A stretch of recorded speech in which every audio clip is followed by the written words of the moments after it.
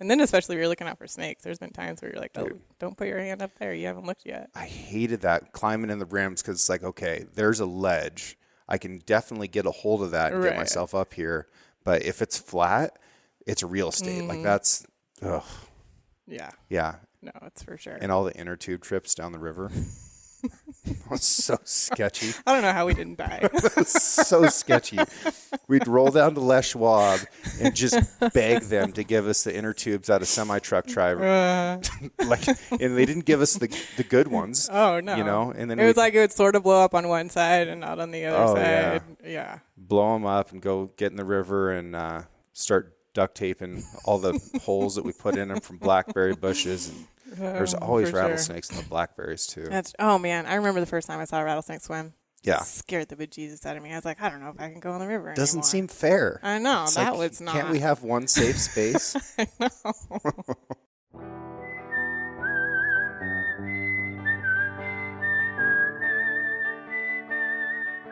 These are stories of outdoor adventure and expert advice from folks with calloused hands. I'm James Nash, and this is the Six Ranch Podcast.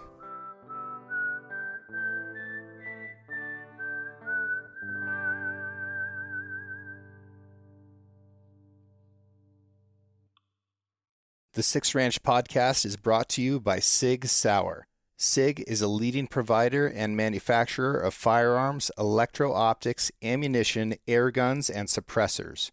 For over 250 years, Sig Sauer Inc. has evolved and thrived by blending American ingenuity, German engineering, and Swiss precision. Today, Sig Sauer is synonymous with industry-leading quality and innovation, which has made it the brand of choice amongst the U.S. military, the global defense community, law enforcement, competitive shooters, hunters, and responsible citizens. Sig Sauer is also a premier provider of elite firearms instruction and tactical training at the Sig Sauer Academy located in New Hampshire. For more information about Sig Sauer and its complete line of products, visit sigsauer.com. When did people start putting stickers on water bottles, do you think? I don't know. I think people just kept getting stickers, and they're like, where do we put these? There's definitely a time when that happened. When you're an adult, you don't just put stickers on windows anymore. You're like, what should I do with them? Yeah. And somebody started it, and everyone was like, this is a great idea. Yeah. And then you can, show off all the places you've been.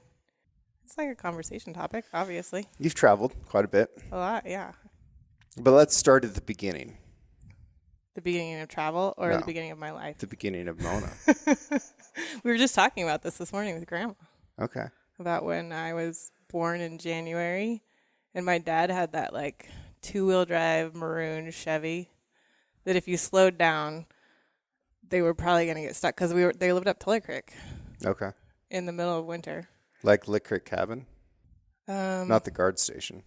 No, like the house you have to climb to up on the bench onto Lake Creek. It's not Lick Creek. Not Lick Creek. What are you saying? I don't know. It's Lake Creek? Lick.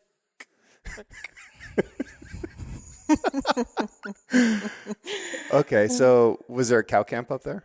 Yeah, it was a house. Yeah. I wouldn't even call it a cow camp, really. I don't even know where Dad went. I mean, obviously, I don't remember much. I hiked up there later when I was probably in middle school. How would you define a cow camp? I don't know. I guess Cayuse sounds like a cow camp, but Tully Creek would have been a cow camp, too. Yeah. Cayuse is always my cow camp. Yeah. Or the way station that we lived in, which was, not a house. I don't even know how. People are like, oh, let's put 2 beds in a way station. Yeah. That's where Buck burned his butt. Tell me about that structure. I remember it. I remember that thing being loosely built. Yeah. I have very faint memories, but the beds were pretty much close together. There was a little alleyway between the 2 beds. They put a wood cook stove in there somehow. And then Buck would just pee out the door. And then he burned his butt. He turned around too fast or something. But you could weigh cows and sit on your bed at the same time. Yeah. Yeah. So why would you be weighing cows for those who don't know? For sale or market or a lot of the drivers too, they have to know how much they're hauling. Yeah. Especially coming down that steep grade. And you're selling them by the pound. If their brakes will. Yeah. So you're a canyon kid. You Yeah. grew up in the canyons. Tell me a little bit about Imnaha. I like to describe Imnaha where the sun like falls down. It doesn't rise or it doesn't set. It's like you're sitting there and you watch it sink because you're on one side. It's like I didn't realize how depressing some people find the canyons because you can't see out. The sun doesn't come up till late in the winter, and in the summer it's just brutally hot. Yeah, so wintertime, sun's coming up 10:30 in the morning ish. Yeah. And then a lot of times it's down by 2. Yeah, so you're it's pretty dark most of the time, but canyons I feel like you just get used to not seeing a very long distance. You're like enclosed in. But it's a security for me. It was interesting when I first started coming out of living outside of the canyons and not having to walk and look for rattlesnakes. Right. That took me years to break. I always had to look at my feet for a really long time.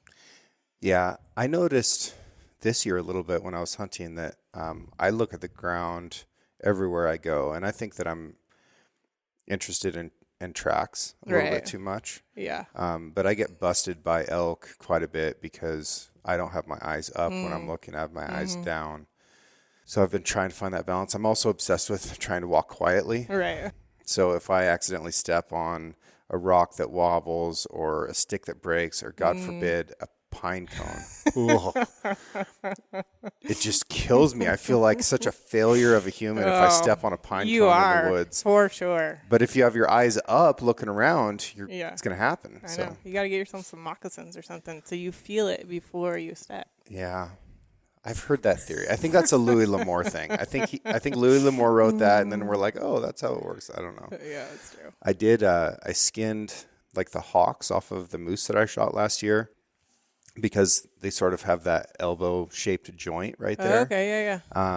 And I had read that was, for a couple reasons, the best place to skin to make moccasins because it already has a natural bend for your heel. And then the lower legs of a moose tend to be the most waterproof leather on the whole animal because that's the part that's in the water because they're such a submerged I forget about how much species. they swim. Yeah. I have not done anything with those yet, but I have that intention. Yeah. So how many people live in Imnaha-ish? It's funny when people ask that question. I say like 100 to 150 in like a 30-mile radius. Right. So but in the town, probably like 50 or so. I don't know. The Imnaha school, I think the most kids that were over there were 24. Okay. How many kids were there when you were there? I mean, I think mostly it was in the teens. By the time I think I was the last one that graduated from the 8th grade because then Hope went up to high school or to middle school. Right. When I went into high school. And then they took it down to I think they just go to the 6th grade now. Okay. So it was K through 8 then. It's K through 6 now.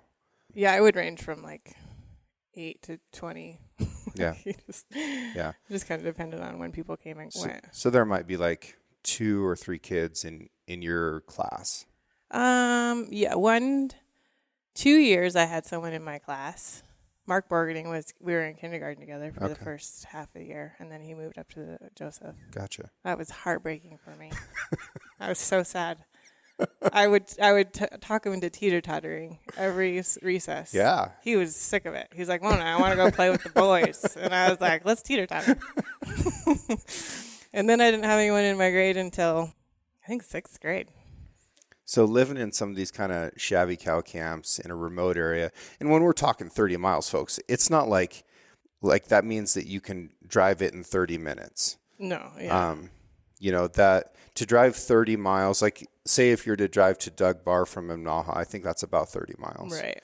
Might only be 20. I don't know. It's hours. It feels like. Yeah, it can take 2.5. If it's muddy or snowy. Oh man, there was some 4 hours. Yeah, mudslides. We'd have to take the horses out of the trailer or the back of the truck when they put them in the back of the truck, and Dad would drive over the mudslide. Yeah, we'd reload the horses. Right. Man, yeah, it was you never wore a seatbelt just in case, or just crossing that. We went up the cow camp on where is it? The hills are at now. Horse Creek. Yeah, we'd have to ford the river there. Yeah. And water would be coming in on the floorboards, and you're just like, oh my god. Those old raggedy old ranch trucks. Oh, so sketchy. Oh my gosh. I was just telling Grandma we had one that the passenger door would just randomly pop open every once in a while. So you had to like kind of hold it. But we were all squeezed in there one time, and Buck was, of course, at the door. Yeah. Because he got to open all the gates. And it popped open, and he like fell out and like started running. And I was laughing so hard. And he hates it when you laugh at him when he's like scared. Mona, knock it off. Oh, that's pretty funny. It was great. No, that's the way of it for sure. Gosh, I remember some of the sketchy old trucks that Dad had, and you know, we'd shoot an elk in some place that we should just like go cut it up and pack it to the truck. Right. Like that's the move. No, definitely not. Like if they could get a truck to it, they were going to, and you know, just different times, right? And it's not like we were road hunting. We were just taking sketchy old ranch trucks in places that you would not think a truck could go. They shouldn't have. I remember driving up some of the buttes and stuff, and he'd just put it in like first gear, 4-wheel low, and just let it idle. And he still makes fun of me about it, but I would lean forward and hold onto the dashboard because I thought the truck was going to tip over backwards. Yeah, it's like if you adjust your body weight a little bit, maybe you won't roll down the hill. Sure. There's a chance. Yeah. So funny. So growing up in this crazy steep canyon, remote, not a lot of people, living in these shabby little cow camps and, you know, way stations and, you know, just crazy environment, you know, having to watch for rattlesnakes when you're on the playground and all that. How do you feel like that developed you as a person?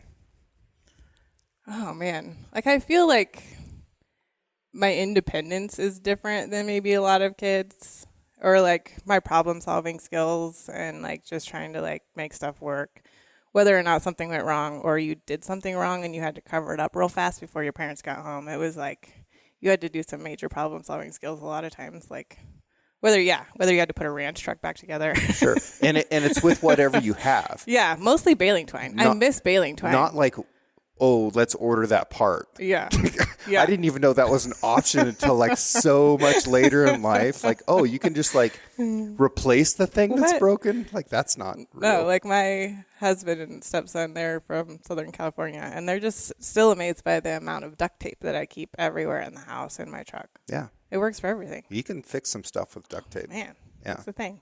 Baling twine and duct tape. Yeah. You're good to go. So I think, resourcefulness. We cracked a tank transmission in Afghanistan, pulling it out, and it wouldn't hold, you know, the giant amounts of transmission fluid that go inside of a tank. And it was going to be a while before we could get a new one. So I had JB Weld that my friend Will had sent me. And I was like, well, let's try and fix it with JB Weld. And they're like, that's not going to work. I was like, well, you know what? I'm open to other ideas. And it worked. I'm sure that was illegal, but it worked. Yeah. You know, we made it through the week, and then we got our new transmission and rolled on. But so what about hiking around in canyons? And I think people still don't have an image of what these canyons are like. So think about like Everest, except it's a desert. Right. Yeah. It's like that. I was actually thinking of that the other day. I was walking Boomer at one of the rest stops coming up, and like I had to like side hill in this little gully that he was trying to walk in, and I was like I don't think you've side hilling in the canyons is just different. Like your ankles, you're like rolling things. Like there's just, I think that was the thing. Like there's just nothing flat. Yeah. Ever.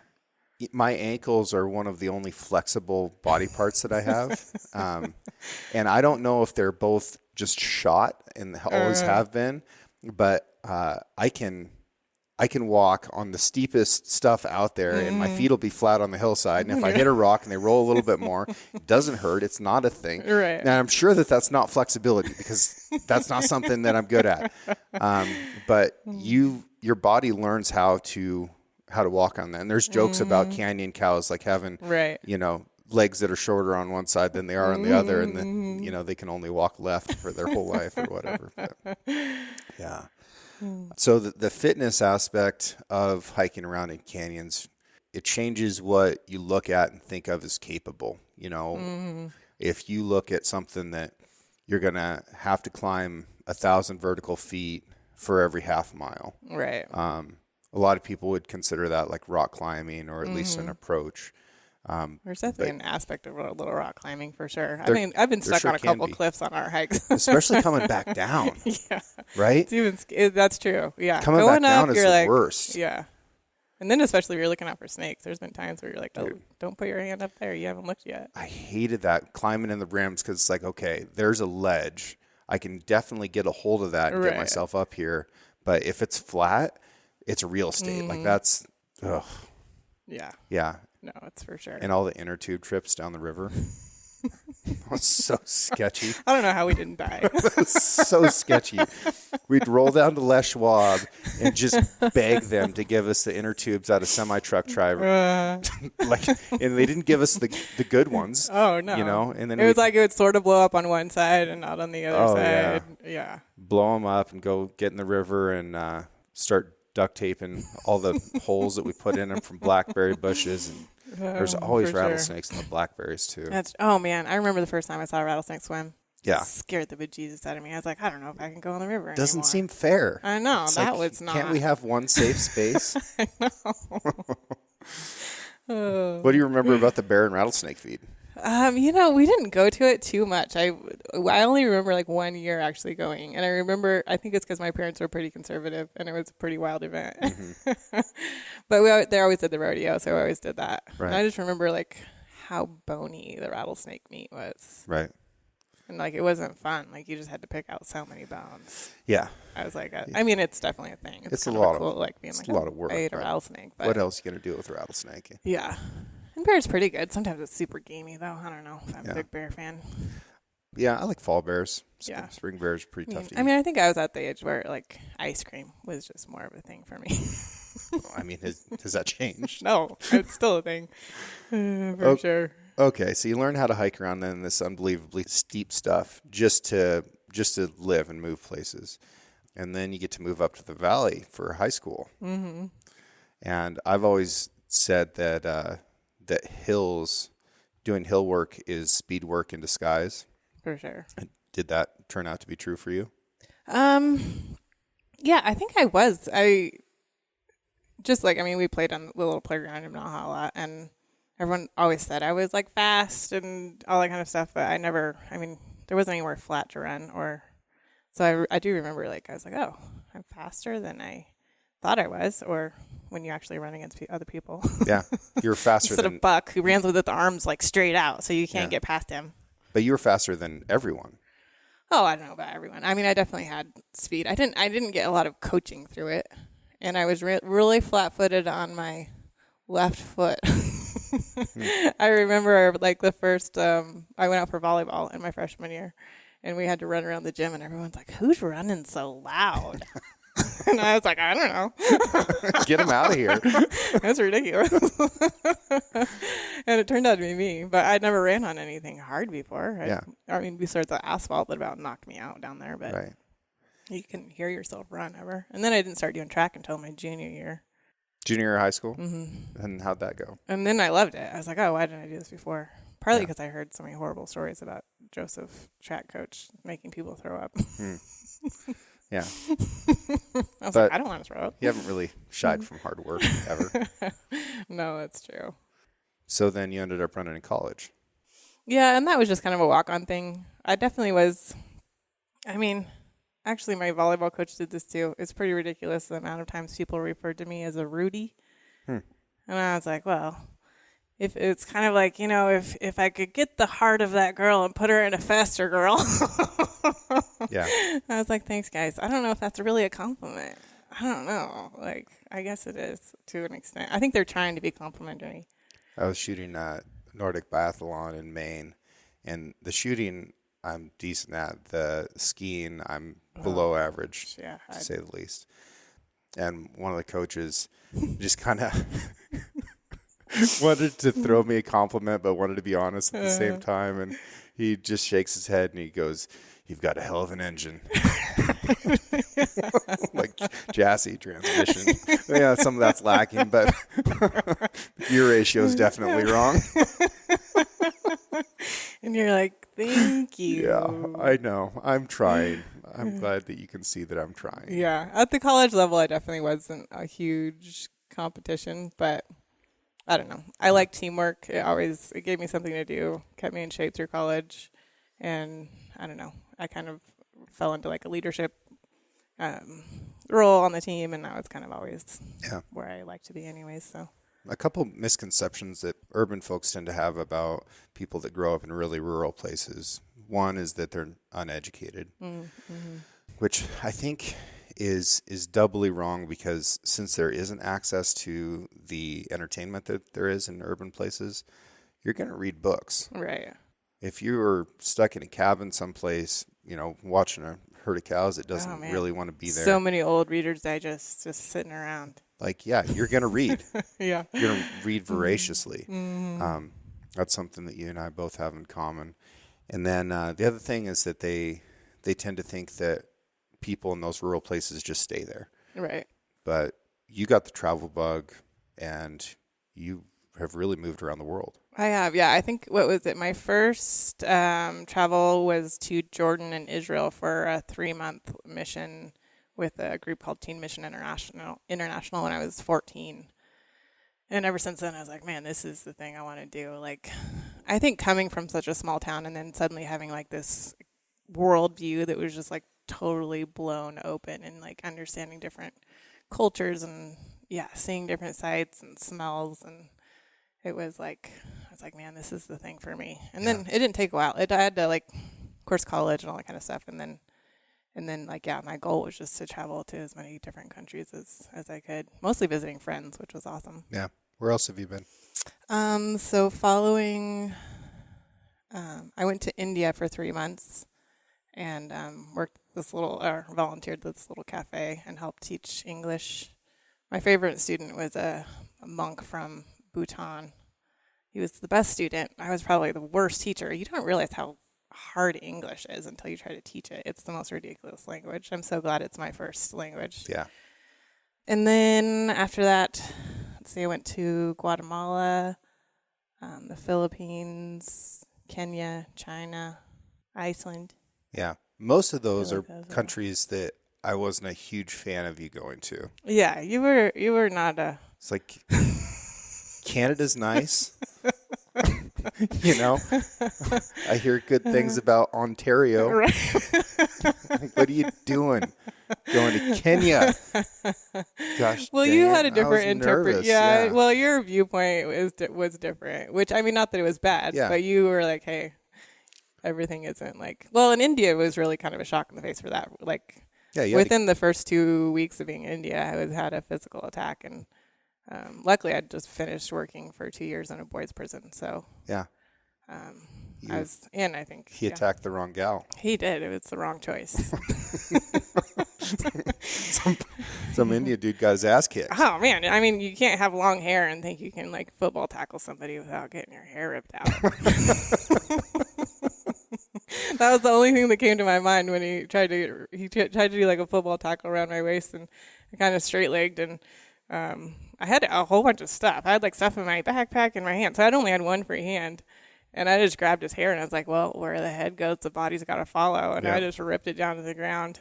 And then I started running, and he started running after me. And then I kind of started getting scared.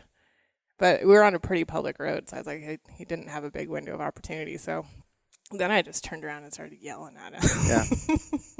Eye contact. He was kind of freaked out about that. So. Yeah. Yeah. But, you, I think, wrote me a letter close to every day that I was in Officer Canada School. Mm-hmm. That was an incredible thing you did for me. I'm very grateful for that.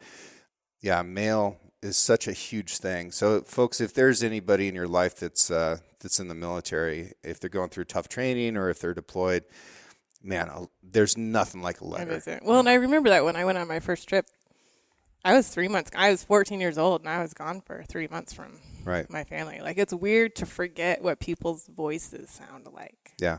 And you miss them, and you're just like, wait, like, it's a weird sense of homesickness. And I like to write too. And so it was fun, just being able to share that. But I knew what letters felt like when you got them. And if you are reading something from someone, you read it in their voice. Mm-hmm. Yeah, it brings it back. Yeah. Yeah, it's a yeah, nice that's thing. true. I actually did later. When were I going to say? I think it was when I was working up at the boys' prison. I did like a adopt a soldier letter writing thing. He sent me like one picture of like some sort of Afghani spider, camel spider thing. I don't know. It's crazy. I hated those spiders. And then I think he only sent me one other thing, and I had no clue if he even liked my letters or not. I probably came across like really weird, but I was like, oh, whatever. At least he's getting words. Yeah. Those spiders, and I'm not a person that's bothered by spiders. I am by snakes. Everybody knows that. But spiders don't tend to bother me. Those camel spiders are wicked fast. Yeah. Oh, doesn't even look like it. Yeah. And they're not as big as some of the pictures that you see, but they are wicked fast. Yeah. No fun. No fun. No fun. When did you get into jiu-jitsu? Gosh, that's when I started doing massage, and so I was at the MMA gym. So that would have been like 2012, 13. I was doing massage in the back of this jiu-jitsu gym, and they had CrossFit and kickboxing and stuff. And one of the coaches, I do this, it's called gua sha, which is like a scraping technique to get blood flow. And I use a Chinese soup spoon. There's other more, I don't know, expensive tools you can use, but this guy leans over the boxing ring and he's like, I heard you spoon people. Because everyone in a gym has to be slightly inappropriate. And I was like, well, yeah. For money. Let's talk about the definition of this. And so then I would give him a 2-hour massage, and he would give me 2 hours of stand-up and jiu-jitsu. And he brought in one of his fighters. He was an MMA fight trainer. And so, yeah. And they were all, man, it's nothing like just being kind of slightly scared for 2 hours. Yeah. It really makes you train hard. And, so it was a lot of fun. It was I was kind of helping them out because they got a free training session, technically. I don't know how much of a good of a partner I was, but I realized I didn't like getting punched in the face. It wasn't something for me, for sure. You have to have a little bit of deep-seated anger for that. Not that I didn't. I mean, if Buck was probably there, it would have been a different thing. But and then I kind of got into the gi form of jiu-jitsu, which adds a whole nother element, and I liked it in that it's a very cranial exercise. You can just go lift weights and not really have to think. But in jiu-jitsu, you're sort of in semi-fight or flight mode, or trying to at least keep yourself below that in a sense so that you can make intelligent decisions. Yeah. And, it just takes a long time to figure out how to make those intelligent decisions without getting choked.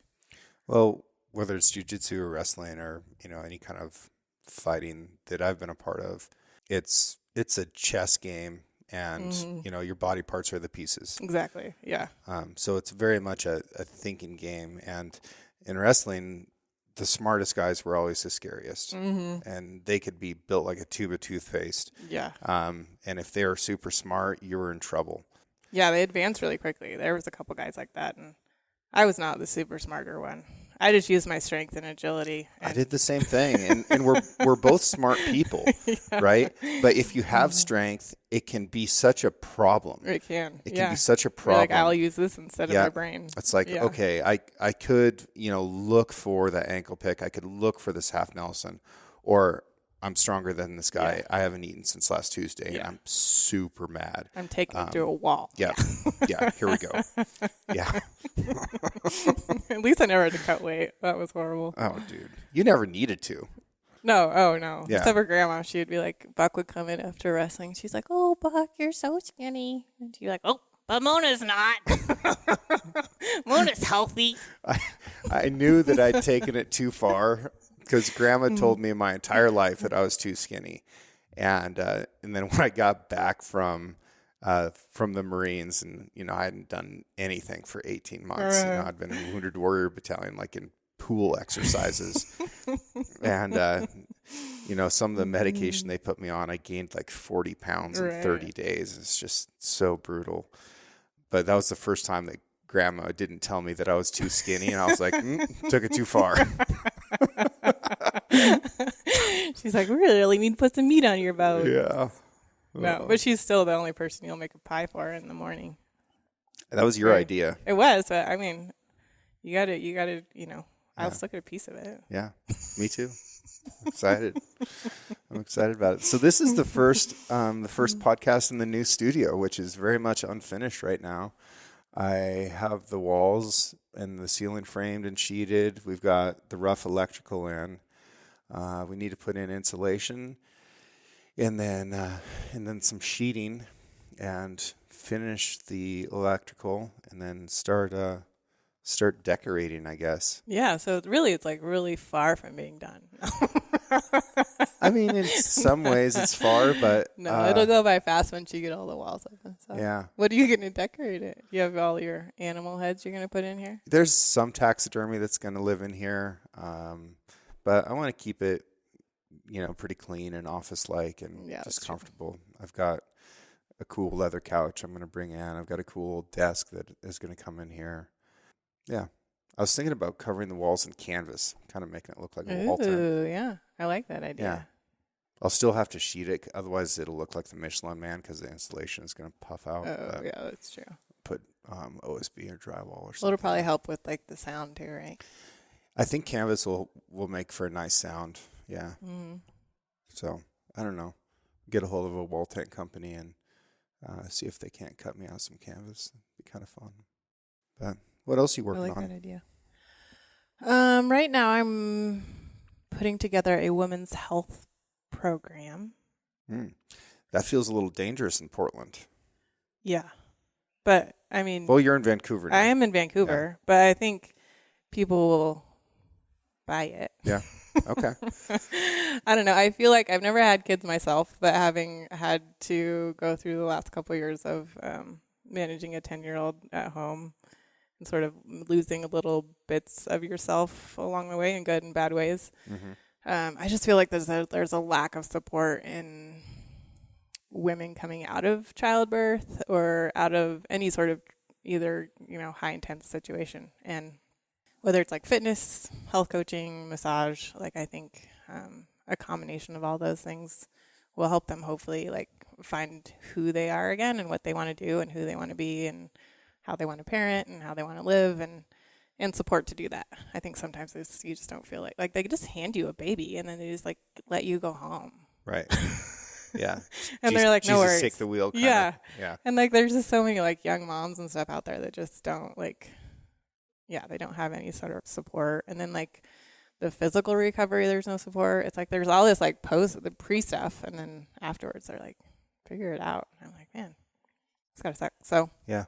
And I think just trying to like get a little bit more conversation topic around like guilt, which is like the primary emotion that women carry for like guilt of working too much, guilt of staying home too much. Like, I don't know. It's just it's not a fun emotion to carry around. And I feel like a lot of people have it and don't deal with it well and how to get rid of it. I just want people to live like whole, abundantly optimal lives. And, I think having lived a lot and just, part of the Nash family where, we just know so much about everything. Yeah. It's like, why not spread the knowledge? Sure. Which is actually the opposite of life coaching. You're supposed to like help people pursue their own knowledge. And so I can't tell them what to do. I just have to like edge them along. Yeah. Yeah. Let them find the way, help them. Yeah. Yeah. Which I guess is everything that we've done is like, you have to go through the process to learn it. You can't just. I don't recall ever getting taught like how to do stuff. There's a lot of like, you need to go do this thing. Mm-hmm. And maybe like, here's a shovel. Right. Handle's partway broken. Don't break it the rest of the way kind of deal. But there's a lot of just figure it out. Mm-hmm. I think that was the primary way that we learned almost everything. Yeah, no, for sure. You're just like, okay, how am I going to do this? Yeah. And it gets weird when you're around people that were told how to do everything. Mm-hmm. because the figure it out skill, I think, needs to get learned at an early age. Right. Yeah.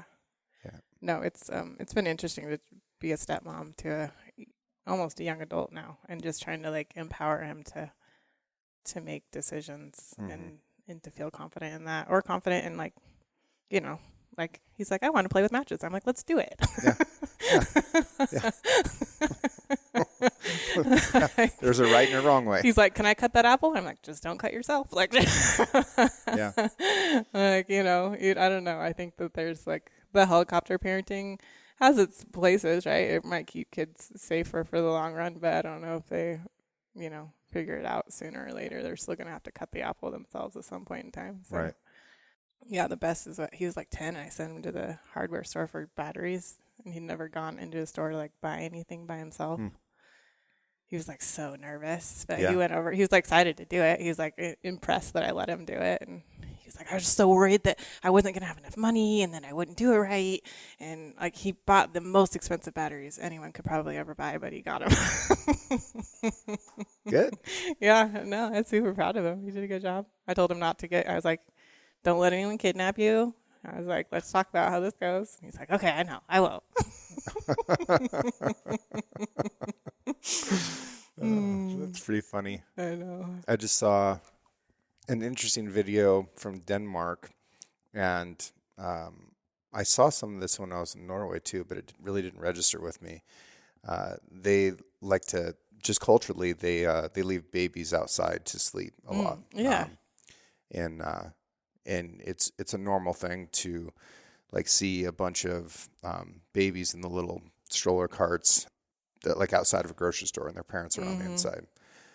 You know, and obviously, you know, Scandinavia's a pretty safe place generally, and like who's going to steal a baby? Right. Like what are you going to do with it once you got it? But yeah, that's just part of their deal that they like to let babies sleep in fresh air. No, I think I sleep better in fresh air. I do too. Especially my best sleep is next to a rapid. For sure. So on river trips, I always try to find a camping spot that's next to a rapid rather than next to a pool. Right. And it's so good. Yeah. Yeah. Yeah. Just listen to that river churn all night long. I do pretty well in the rain too. I do not like the flapping of nylon in like gale force winds of a tent. Like that's not quality sleep for me. No, I agree on that one. I think it's probably because I had such crappy gear growing up that it's like it wasn't just, you're just worried, oh, I don't know if my tent's gonna make it. It's like your tent's not gonna make it. Yeah. You're gonna be sleeping all the way outside here. Yeah. You're like, how wet am I gonna be in the morning? Yeah. Yeah. But it was still fun. Like we were always soaked and cold, and you know, rain jackets were just a trash bag. Right. You know?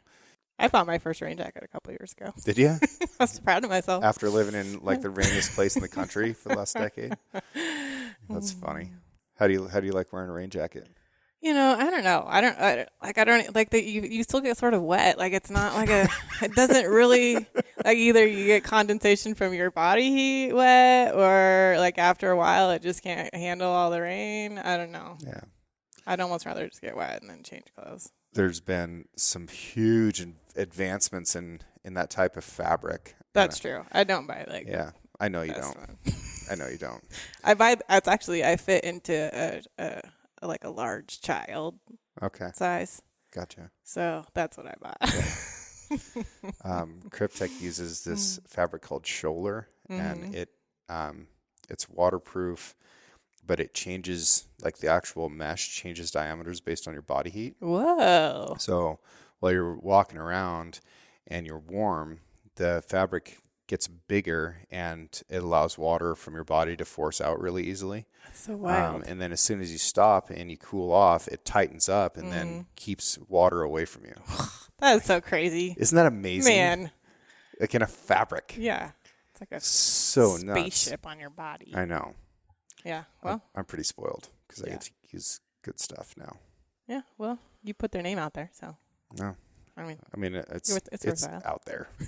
I think people know it's the best stuff going. They don't need to hear it from me. I don't know.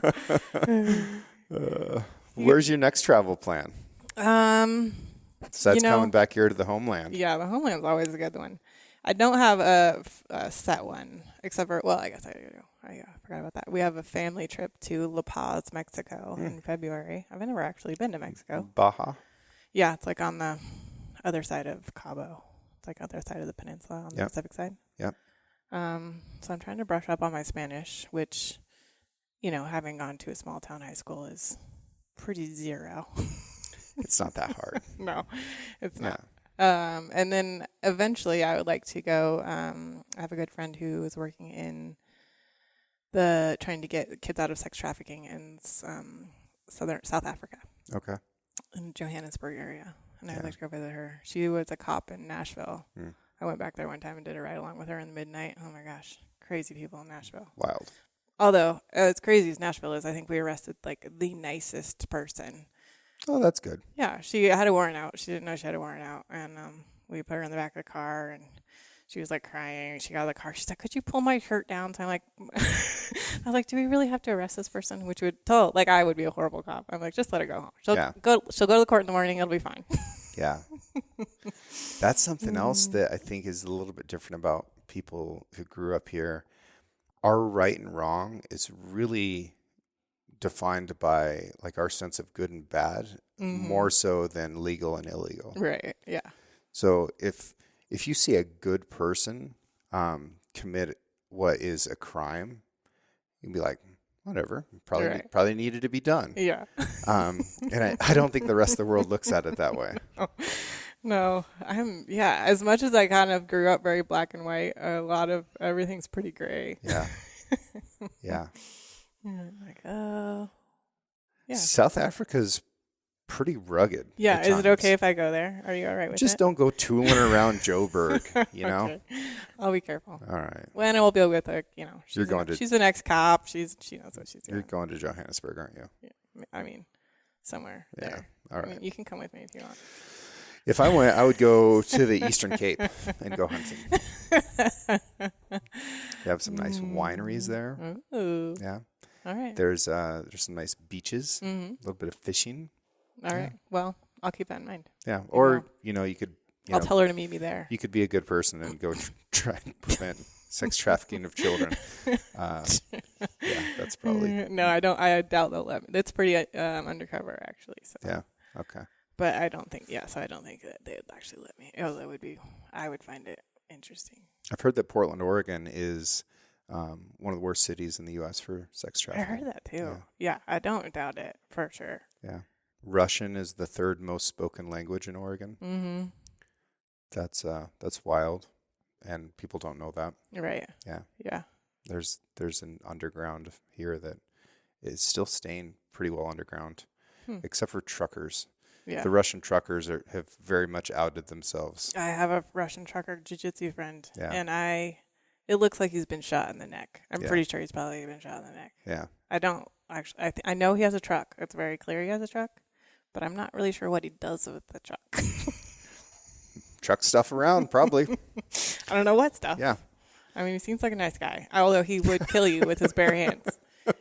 No, actually, he's probably like one of the worst. Every time he shows up, everyone's like, "Oh man." Yeah. He doesn't. He will kill you. Doesn't have a good governor. No, he's super strong. So if he can't make it work, he's just going to be super strong about it. Right. But I mean, he's really nice to me. So. Yeah. Are you still practicing jiu-jitsu? I'm getting back into it. I got really out of shape over COVID, so now I need to get back into shape because I have a purple belt. So, and I'm a girl that's still relatively strong. Mm-hmm. So guys are like, "Oh, we're gonna," especially if they've been mashed on by somebody else. If they finally get a chance to mash on somebody, so I just have to make sure that my spine can handle mashing. Yeah. On my shoulders, and then I am a purple belt, but I also have what some people call a black belt in trash talking. So I just have to reel that in a little bit. In case you run into somebody who has a black belt in jiu-jitsu? In actual black belt. Yeah. Or they're just bigger and stronger than me, which is typical of almost everyone that I roll with. So I can't be a smart ass anymore. I have to get a little bit stronger first. Well, I mean, maybe that will lead the horse to water. And I blame all of that on my brother. I mean, it took me probably a good 2 years of doing jiu-jitsu before I stopped thinking about pulling people's leg hair and like possibly biting them if necessary. That was the only way I could get out of Buck's wrestling moves. Yeah. Because there wasn't any tapping. Sure. I mean, if I definitely remember my spine thinking this isn't going to work. My spine does not go that way. And you know, Buck's like maniacal laugh when he gets you in spots like that. Mm-hmm. Luckily, he's still a little bit ticklish right between some ribs. Yep. And then the skin on the back of his knee is pretty tender. Okay. It's a good pinching spot. I mean, it's all about leverage, right? You got to yeah. find those spots. Yeah. Find the chinks. It was really weird though, being in a jiu-jitsu role, thinking I should just pull his leg hair. That'd get you unpopular. Oh man, quick. yeah, and probably choked real fast. Yeah. So, you know. Yeah. Your style of massage is. That's only because you hadn't been massaged. You kind of glossed over it. You're like, oh, I did like this spoon scraping thing. It's like, I don't remember that part. I don't think I did that too. Yeah. You're too tight. Brutal. Like bruises for days, like blood vessels ripping apart.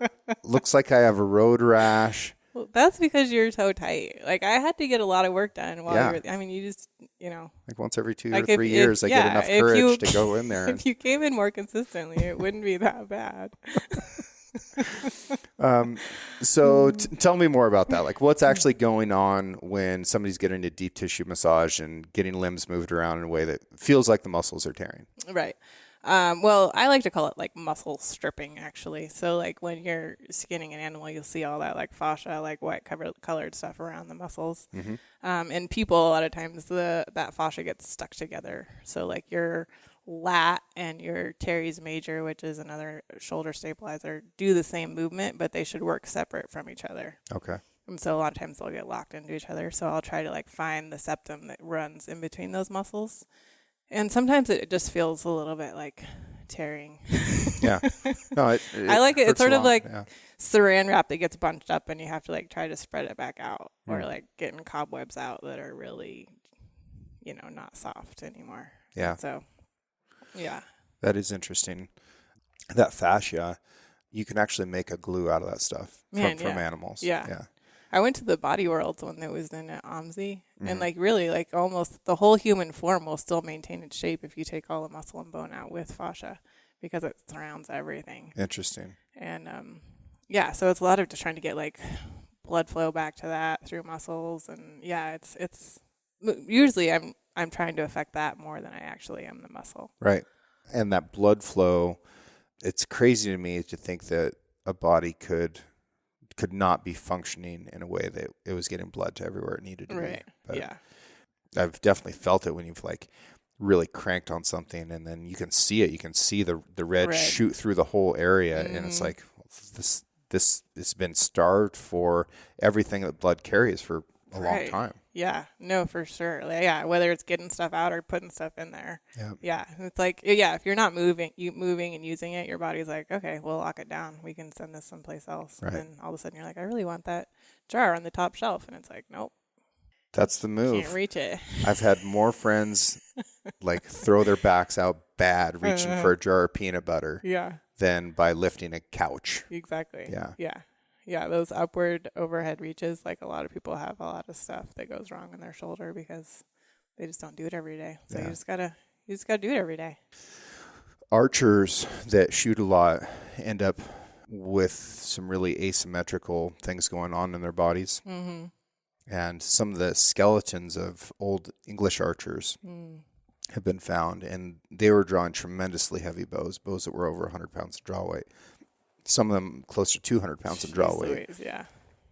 And their skeletons are malformed because of it, because they've got, you know, their bow arm pushing and their draw arm pulling, and even like their chest cavities were different on one side versus another, and they could tell who the longbowmen were based on their skeletons. That's wild, yeah.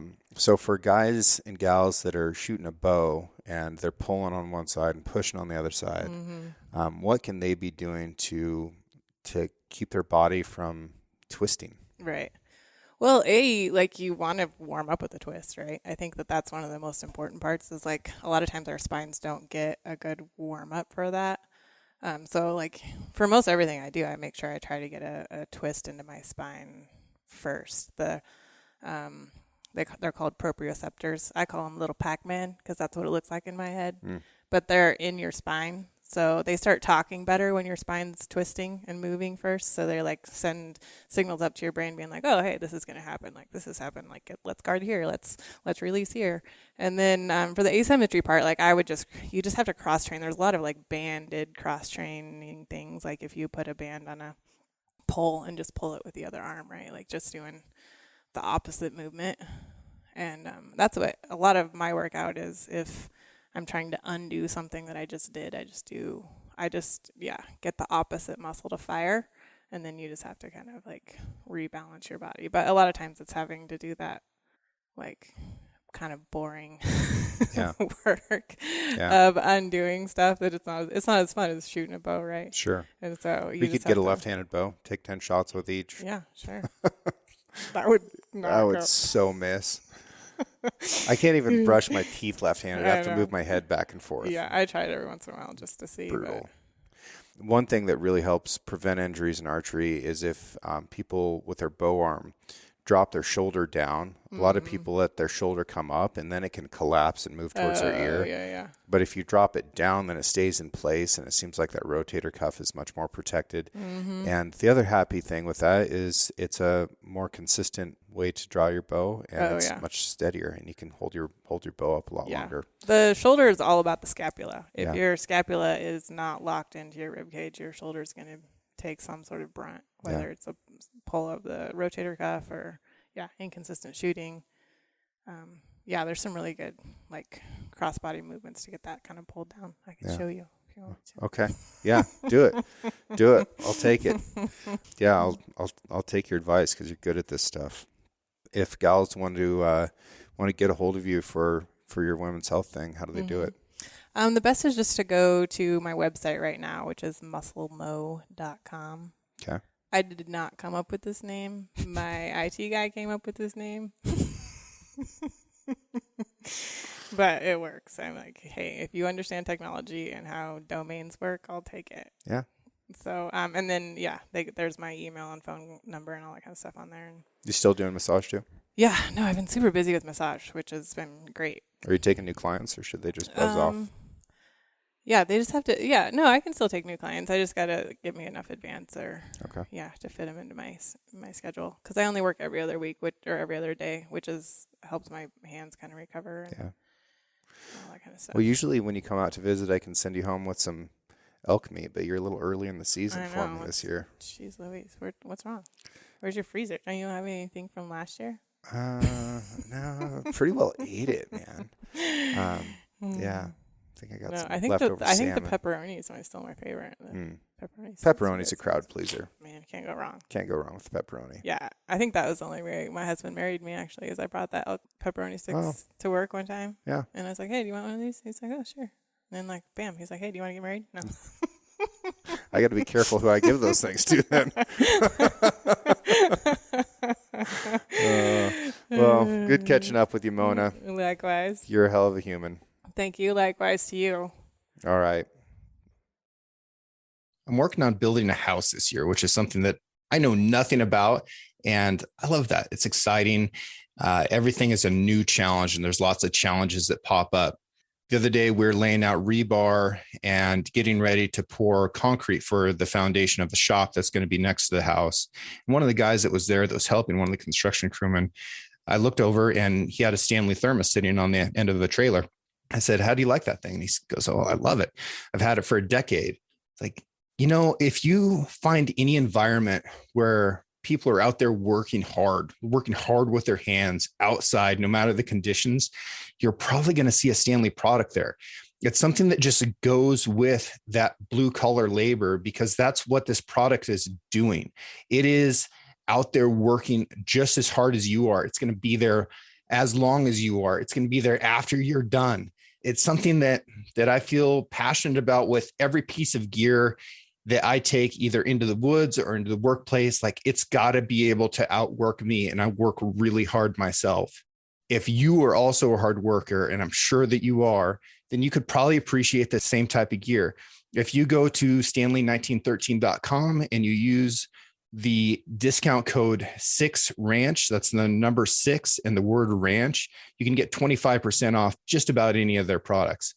And I encourage you to do that. They're a great supporter of this show and great supporter of this audience. Again, I love you guys, and I just want to pass this discount and the savings on to you. If you want something from Stanley, I encourage you to get it.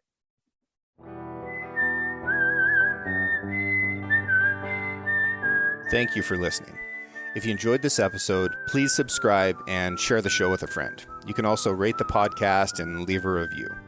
Your support allows me to keep doing what I love, which is meeting incredible folks and sharing their stories with you. For more content and photos, follow the show on Instagram at 6ranch Podcast or me at 6ranch Outfitters. This episode was produced by Emily Brannigan, with original music written and performed by Justin Hay. Art for the 6ranch Podcast was created by John Chatelain and digitized by Celia Christofferson. Tune in every Monday for a brand new episode of the 6ranch Podcast. I'll catch you next week.